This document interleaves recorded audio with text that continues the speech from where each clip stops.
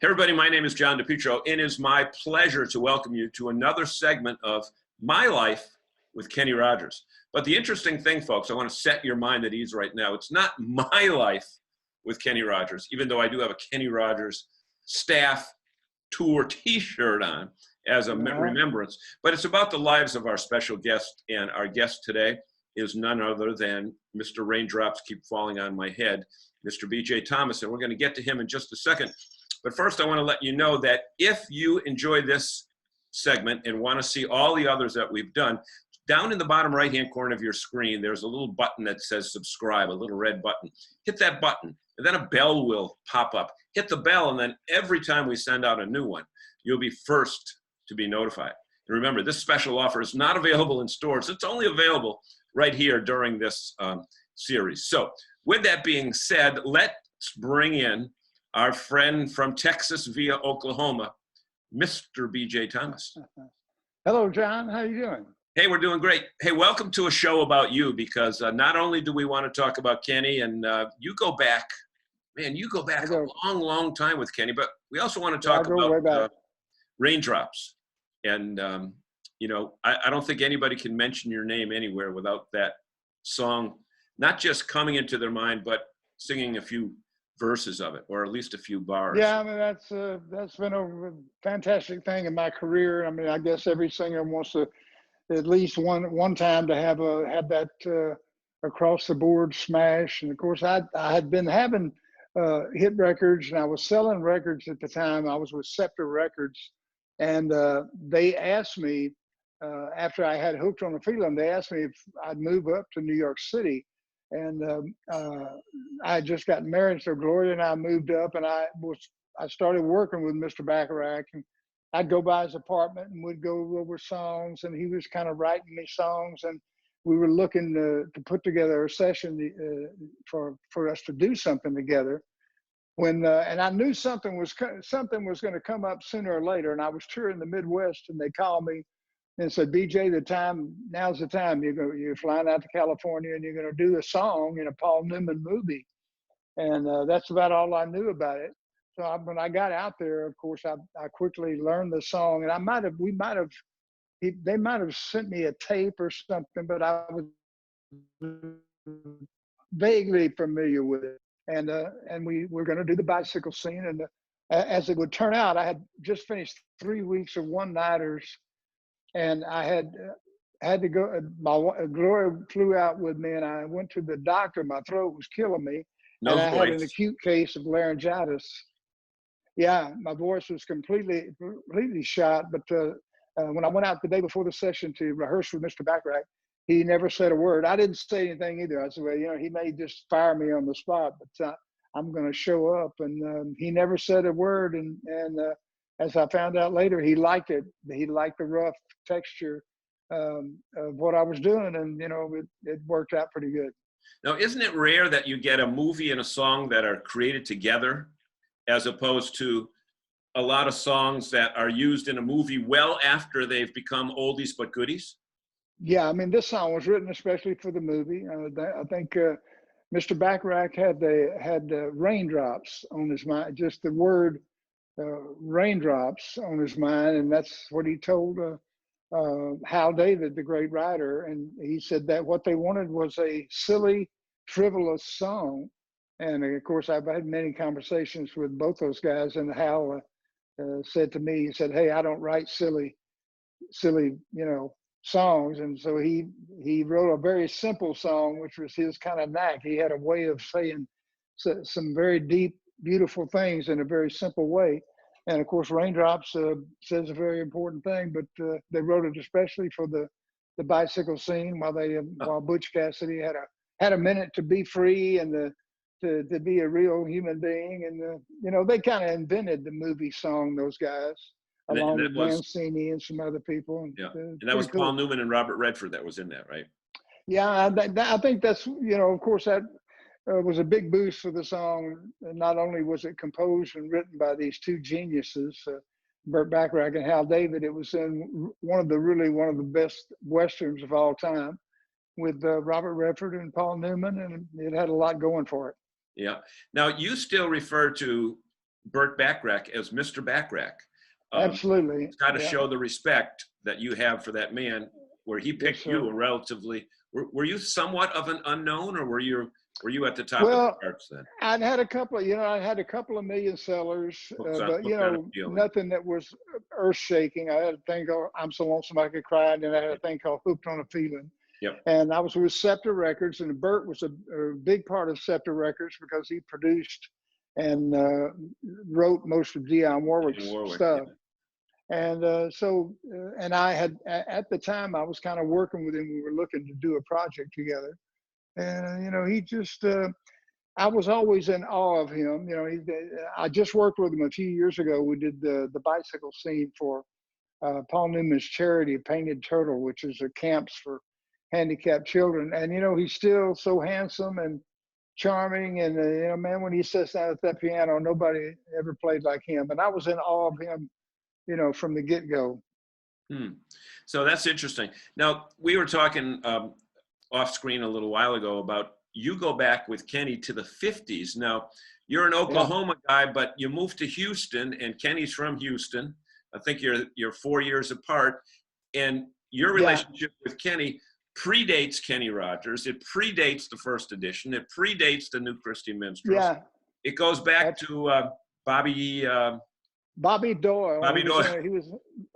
Bobby Doyle was a piano player, and he had the thing called the Bobby Doyle Trio, and Kenny was playing in that trio. But Kenny had already had a hit record in '57 or something. But I used to see Kenny. He used to go with some girls at my high school, so I would see him at the high school every now and then. And then, he always was Kenny just had the great personality and the great way about him. And so we've been friends. I used to go to their rehearsals and watch them get their stuff together. And so I've known him way before he was ever the Kenny Rogers. Of course, he was as big as any artist could ever get. And he succeeded like, very few people ever have. And he was a great guy on top of that. Yeah. And, the interesting part is there are some videos that are still surfacing on YouTube now from the 1970s that show you and Kenny singing. Yeah. It wasn't Raindrops. It must have, I'm So Lonesome I Could Cry. We sang, we sang I Just Can't Help Believing. Oh, that's what it is. And if something's wrong with my baby, something's wrong with me. Yep. The Sam and Dave thing.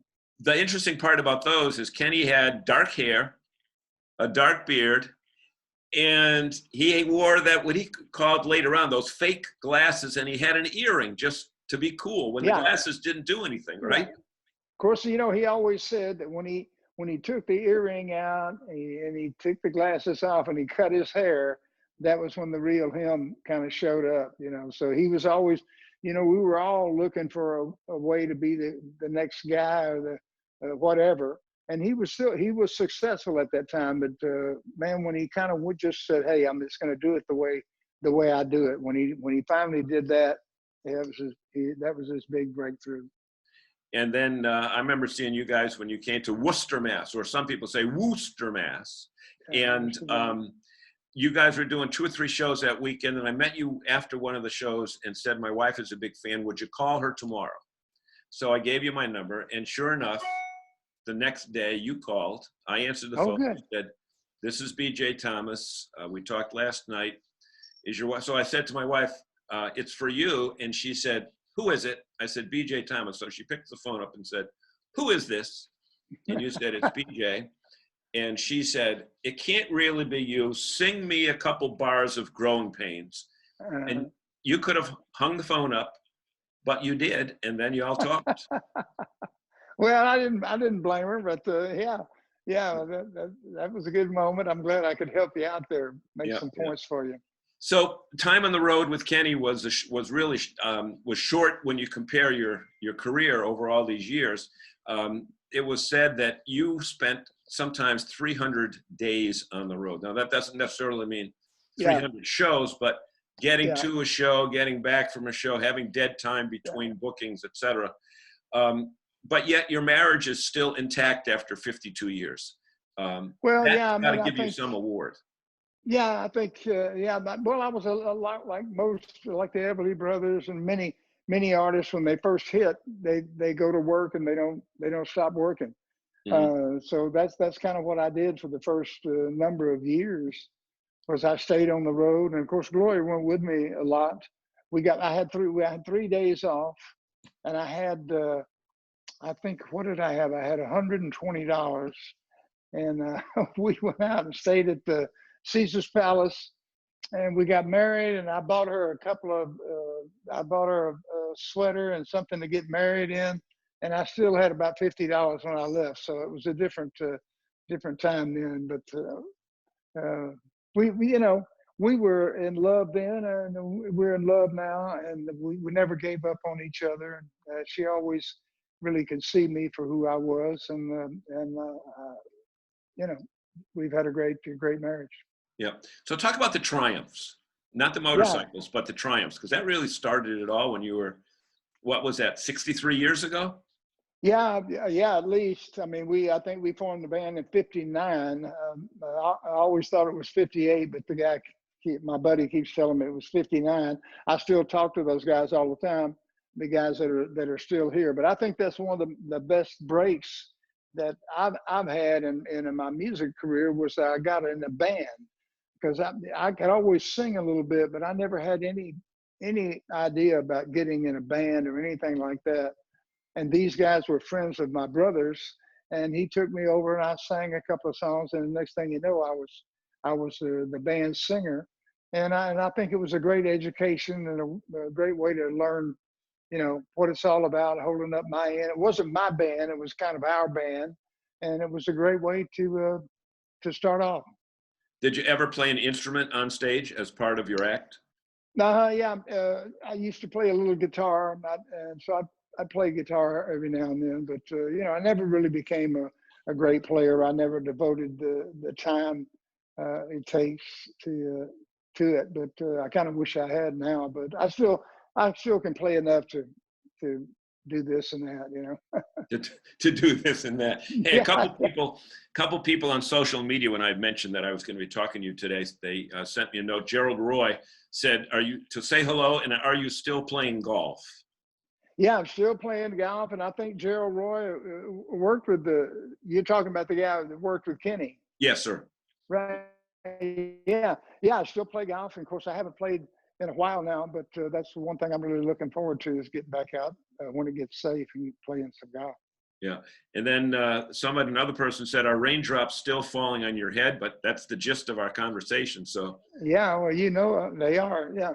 that's a big yes. And somebody said they remember seeing you at Taylor Hall in Pasadena. Now, I don't know whether that was Pasadena, Texas, or Yeah. California. Pasadena, Texas. Yeah. Yeah. We had a lot of great play. Yeah. Houston was and probably still is, but I haven't really lived there for many years. But Houston was a great music town. I mean, Ray Charles came twice a year. Bobby Bland was there just every month or so, and it was a great music town. And they had some great places like Taylor Hall and Teen Hall, and places to perform. And it was fantastic. Yeah, and that same person said they saw you at the Coliseum in Houston, and evidently you had a drummer that was from New Zealand at the time. Yeah, maybe. Yeah, man. Yeah, I have had a lot of them in and out, but Yeah, and guy named Bucky, who played with Kenny for a real short period of time, said that you sat in with his band in the late '60s in Augusta. I'm thinking it's Georgia, along with after you had done a show with Brian Hyland, and you showed up and you sang Lonesome, and he sang Teeny Weeny Itsy Bitsy. Any yeah, memory of that? absolutely. I do have a pretty good memory of that, and I think it was the same night that after we did our show, we went back to the motel, and then we went to eat, and when we came back, somebody had stolen Brian's guitar. So he was like, "Oh man," but yeah, Augusta was a great city. I used to work Augusta a lot, and a time or two, James Brown would show up and get up and sing with us. And, great music city as well. James Brown. Yeah, my first gig, and when I had my first #1 record in Houston, and it was becoming a national hit, with I'm So Lonesome. My first gig out of town was with James Brown. They booked me on the James Brown tour, and I worked with him for a week or two, and then Jackie Wilson and some other people. But great memories there. It's very interesting reading some of your background. I mean, 70 million records and 5 Grammy Awards. Did you ever think way back then that you'd still be relevant 50 years later in this biz? No, I mean, I never thought of that. I mean, I just when we first got the band together, we just would have these discussions about having a hit record, and then we'd get embarrassed to even be talking about it because we knew we never would have a hit record. And so, you know, for all these things to happen to me that I've had the pleasure of living with and enjoying. Never dreamed that anything like that would happen, and very thankful for it. So the time when you were out with Kenny was really, he was doing arenas and selling them out, you know, 2-3 times in the same week. Yeah, he was doing big arenas. You know, he had the square stage, so it was kind of, you could keep moving, and you kind of had to keep moving because he had the 4 front stage areas where everybody could get a good look. And it was a lot of fun working with him. You know, all the places were always just totally packed out. And the shows I did with him, I think Amy Grant was on a couple, but most of the shows had the Righteous Brothers also. Righteous Brothers. So it was a heck of a show. Yeah. So as you look back on the Kenny years, did you see something special with Kenny that you said, you know, this guy is going to be around for a while? Well, you know, when I was working with him in the 80s, he was already on top. And it was great to see because we had been, you know, I had been so closely involved with him over a long period of years. And it was just great to see that scope of success happen to him. And he really deserved it because, you know, he was a very intelligent guy. He had a sense about what kind of music worked well for him. And very astute business guy, and you know, he knew what he was doing. And of course, before he became so huge, he had already had a few hits already. So he was successful even before he went through the roof. So it was great to see. Especially today, how important is it in the business to in the music business to have a business mind as well as a music mind?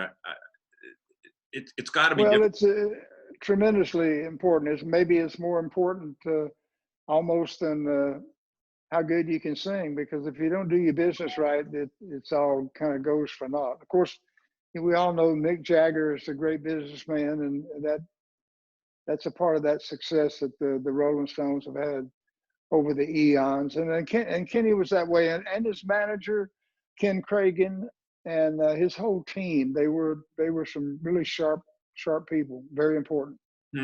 So as you get set to, you know, sit out this year, because it looks like everybody's got to sit it out, as a performer, does this bug you to not be able to get out? I mean, isn't that what you live for, getting in front of a live audience? Yeah. You know, of course, I've done it, you know, what seems like all my life since I was 15 years old. So it is very frustrating, and I'm just sitting there, I'm just totally out of shape. You know, I'm not moving around or traveling and singing as much as I have been, and it's a frustrating thing. And I think, you know, we never thought we'd have to get through something like this, but I think it's important that we keep our heads up, and of course we will get through it eventually. And I'm so looking forward to being back on the road. It has made me so thankful, and gives me that blessed feeling that I have had this to do all my life, and that there will be a time when I'm back out there. So I'm one of the lucky ones. So. Get ready to go again. I don't know if you're aware of it, but really? Kenny's band is reforming.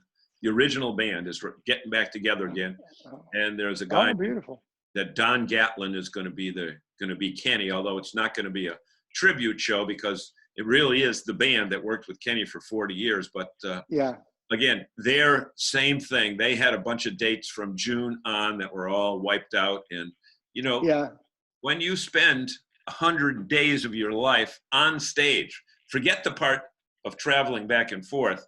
Yeah. It's got to just rip you up to. Well, it does. It does. It's a big. You're missing a lot there. And of course, the traveling has been steadily getting more difficult over the last, 6, 8, 10 years. So it takes a lot of effort. Then now we're kind of in a situation where we've got to make an effort to just be calm and wait it out. So it's a different ball game right now, and we're all looking forward to getting back at it, getting back out there and doing what we do. Great. Well, we want to thank you so much for spending the time. Your final thoughts on Kenny, and then we'll let you rock. Well, he was a wonderful guy to know. He was a really good friend.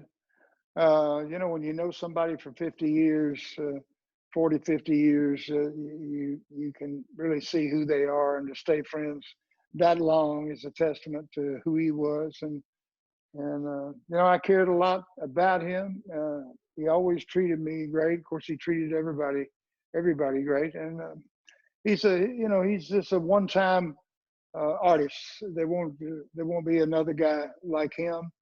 And we all know that his music is going to live on forever. And I'm glad that I was a part of what he did.